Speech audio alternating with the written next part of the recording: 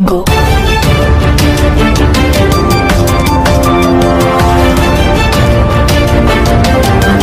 बर्तमान बड़ खबर पाणीपाग को नहीं बड़ सूचना नुआ अपडेट गोटे सप्ताह आसूची दुईटी लघुचाप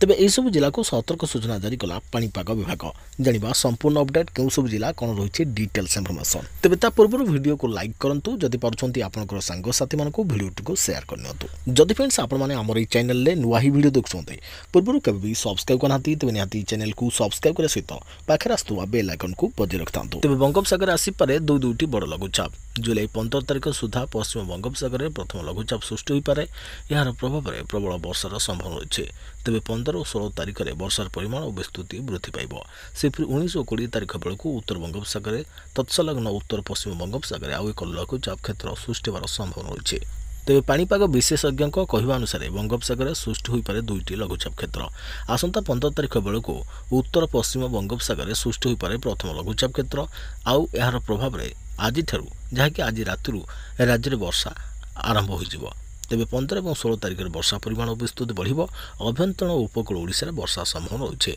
गोटे दुईटी स्थान में 12 ରୁ 20 सेंटीमीटर वर्षा हो पारे तेज आज रायगड़ा कोरापुट मालकानगिरी और कंधमाल प्रबल अति प्रबल वर्षार संभावना रही है 15 तारिख में रायगड़ा गजपति गंजाम और कंधमाल प्रबल अति प्रबल वर्षा हो पारे सेपरी 16 तारिख में कंधमाल गंजाम गजपति रायगड़ा कलाहांडी कोरापुट नवरंगपुर में प्रबल वर्षा चेतावनी विभिन्न मॉडल आकलन अनुसार बंगोपसागर में द्वितीय लघुचाप क्षेत्र 19 ରୁ 20 जुलाई बेलू सृष्टि हो पारे यह लघुचाप प्रथम लघुचाप अपेक्षा अधिक शक्तिशाली हुई